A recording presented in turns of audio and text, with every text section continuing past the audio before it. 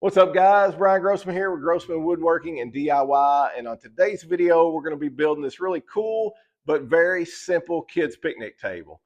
This thing only takes 6 2x4s to build, and really, probably you could get by with a handsaw and a drill. Now, in my case, I did use a miter saw to make my cuts. Use my little Ryobi cordless drill to screw all the screws in, but it doesn't take a lot of tools, doesn't take a lot of materials, and it's honestly a pretty quick and simple build. I'm going to walk you through the entire process, exactly what measurements to cut all your boards at, how to put it all together, and by the end of this video, you should easily be able to build one of these yourselves. I'm hoping my little granddaughter likes this. I'm sure she will, but if nothing else, I might take some pictures of it and post it on Facebook Marketplace, not to sell my granddaughters, but to see if I can drum up any orders for additional builds, because it was a nice little change of pace to get away from the fence picket builds and do something a little bigger, a little more substantial, a little bigger materials, and without all the having to rip strips and all that kind of stuff. Again, not a lot of tools involved in this one, and really it comes out as a cool little finished product. Hey, before we get started though, I hope you will take just a second to hit that subscribe button, the little notification bell, so you never miss another one of our videos. I got lots more build videos coming your way. And we're really trying to, we just hit 5,000 subscribers, and I'd really like to grow this channel to 10,000 here in the next couple months. So I hope you'll help out with that. But with that, guys, I won't waste any more of your time. Let's jump into the build. All right, starting over at the miter saw, we are going to square off the end of our 2x4 and start cutting 9 36-inch boards for our top and our bench seats. And since we had to cut so many of the same length, I'm going to go ahead and screw in a stop block at 36 inches so I can easily repeat all of these cuts and ensure that these top boards and these bench boards are all identical at 36 inches apiece. So our first 4 2x4s will each get 2 36-inch boards cut out of it, and then just set aside the leftovers because those are going to be our legs. By the time we get to our 5th 2x4, we're going to need one more 36-inch piece. That will finish out our top and our benches. And then we're going to cut a 40-inch piece for our bench seat support. And we're going to cut out a 19-inch piece for our top support. And with our 6th and final 2x4, we'll start by cutting the second 19-inch top support. And you can just simply use the one you cut in the previous step to measure that out. And then we're going to cut the second 40-inch bench support. And again, you can use the one you cut in the previous step to measure that out. And then anything that's left on that 6 board is simply scrap. Now we're going to set our miter saw to 30 degrees. And using the 4 leftover boards from 2x4s 1 through 4, we're going to cut out our legs for the picnic table. And so each of these legs will get a 30-inch miter cut on each end, and those miters will be in the same direction on each end of the board. And those legs are going to be 21.5 inches long, measured along the sides. So not total length, not long tip to long tip, but just measuring along the side. Either side of the leg, it should be 21.5 inches. Once we get all 4 legs finished, we're going to turn our miter saw to 45 degrees. And we're going to cut off the bottom corners of our top supports as well as our bench seat supports. Not only does this just give them a better look, but it also serves as a safety feature by removing those corners that'll protrude down underneath your picnic table and, potentially something you could bang a leg on, or one of the kids could bang a leg on. So don't skip this step. And for these cuts, we're just going to measure up 1.25 inches and over 1.25 inches. And then cut that corner off.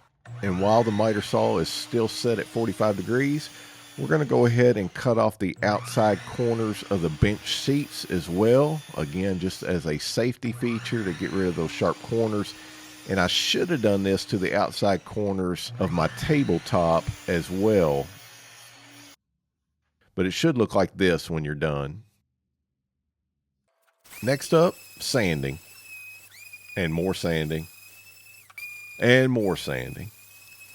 Several minutes and 1 broken sander later, I was just about ready to start the painting process.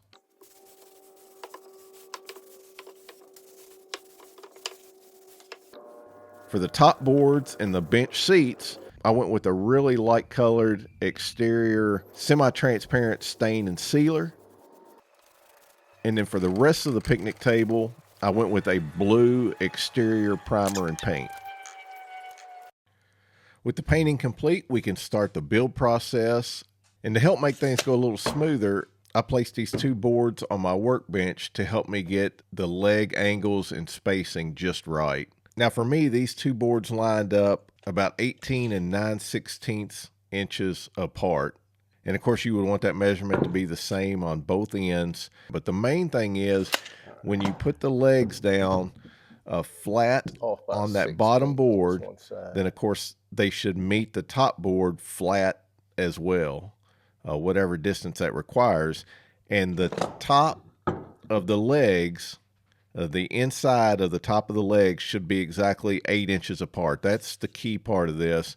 Make sure those legs are 8 inches apart at the top, and everything else should line up just fine. Once you have your legs situated, grab one of your 19-inch top supports. The top of that support should line up even with the top of your legs, with an even amount of overhang on each side. And that was somewhere, I believe, around 1.5 inches, but don't hold me to that. Just make sure you have an equal amount of overhang on the left and the right, and that the top of that support is flush with the top of your legs. And once you have that in place, I went ahead and drilled 3 holes with the countersink bit on each side and screwed that top support into place. Next, we're going to grab one of the 40-inch bench supports, and we're going to mount it in a similar fashion as we did the top support. The bottom of this support should be about 7¼ inches from the bottoms of the legs. Now that measurement is not critical. It doesn't have to be exact, but the main thing is, the key is you need to have 7¼ inches overhang at the top of that support board on each side of the legs. That leaves enough room for the width of your 2 2x4s that serve as the bench, with a 1/4 inch spacing between the two. Then once you have it in position, we'll go ahead and drill our 4 countersink holes on each side, and then shoot a 2.5 inch decking screw into each of those holes. And with that, one side of our picnic table support is complete. And then of course we'll just repeat that exact process for the other side. With our sides built out, we'll now start working on building out our top and our bench seats.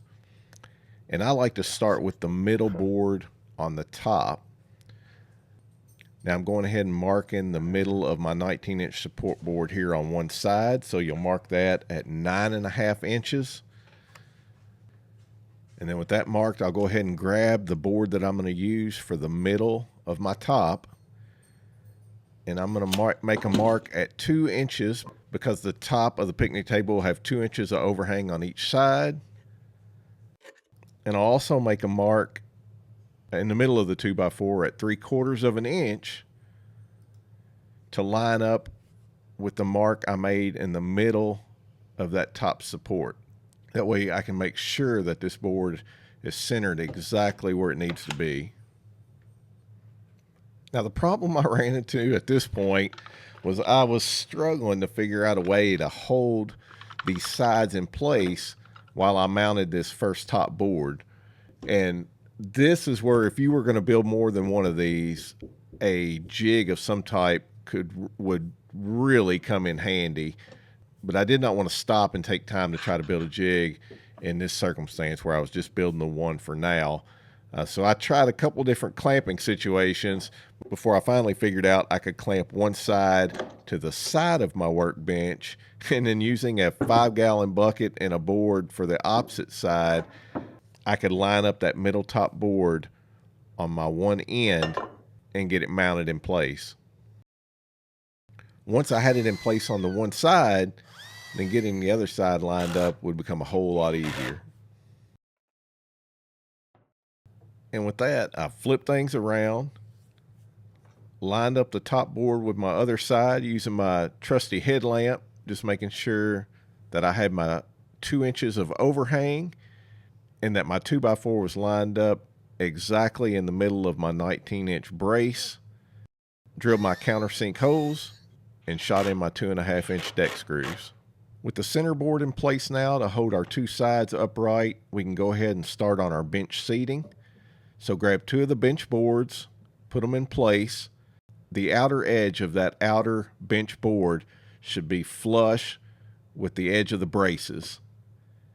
And just like the top, you want 2 inches of overhang on each side. With the boards in position, go ahead and drill your 2 holes on the outside board. And let's go ahead and get 1 screw on the left-hand side here to hold it in place. With the 1 screw holding it in place, we'll go ahead and double check the measurement on our other side, drill our 2 holes, and then we can go ahead and shoot the rest of the screws in this outside board. And then we're just going to repeat the exact same process on the inside board, again making sure that we maintain that 1/4 inch gap between the 2, as well as our 2-inch overhang on each side.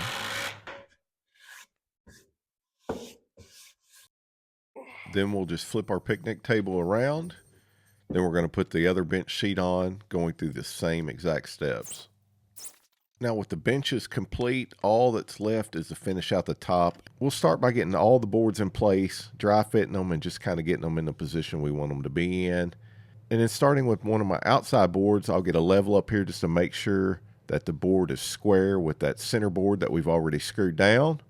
I'll drill my holes and get 1 screw in place. Then I'll check the far side. I'm making sure that my back side is also square with that center board that's already screwed down. And then I'll finish drilling out my holes and get all my screws in place.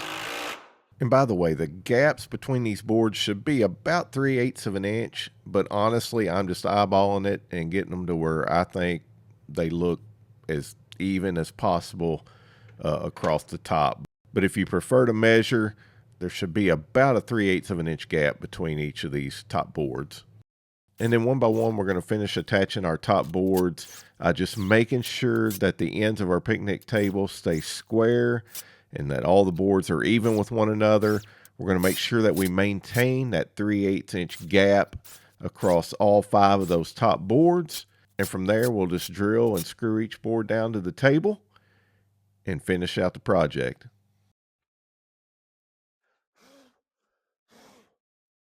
All right, guys, that's going to wrap up the build on our kids' picnic table. And man, what a easy and fun little project that this turned out to be. I'm really happy overall with how it turned out.